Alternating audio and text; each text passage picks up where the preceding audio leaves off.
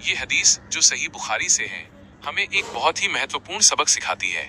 यह वाकया इस्लाम में कर्ज डेट की अहमियत और दूसरों की मदद करने की भावना को दर्शाता है। यहाँ इस घटना का सरल सारांश और उससे मिलने वाले सबक दिए गए हैं। घटना का सारांश।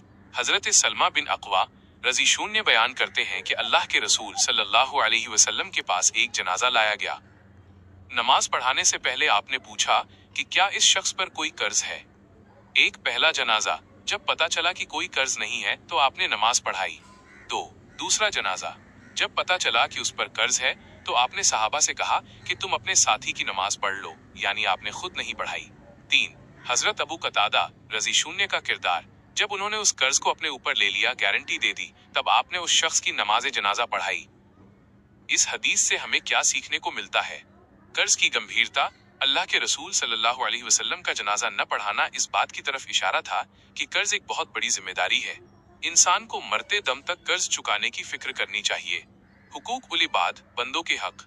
ये हदीस बताती है कि अल्लाह अपने हक तो माफ कर सकता है, लेकिन बंदों के हक, जैसे किसी का पैसा, तब तक माफ नहीं होते जब तक वे चुकाए न जाएं या लेनदार माफ न कर दे।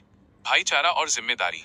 हजरत अबू कतादा रज़ियल्लाहु का उस शख्स का कर्ज अपने जिम्मे लेना यह दिखाता है कि एक मुसलमान को दूसरे की मुसीबत में किस तरह काम आना चाहिए। समाज को नसीहत।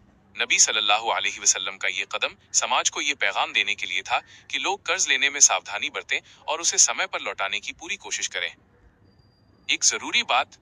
बाद में जब इस्लामी सल्तनत के पास माल बढ़ा तो अल्लाह के रसूल सल्लल्लाहु अलैहि वसल्लम ने खुद ये जिम्मेदारी ली कि अगर कोई गरीब मुसलमान कर्ज छोड़कर मरता है तो उसका कर्ज सरकारी खजाने बैतुल माल से अदा किया जाएगा और आप सल्लल्लाहु अलैहि वसल्लम उसकी नमाज पढ़ाएंगे।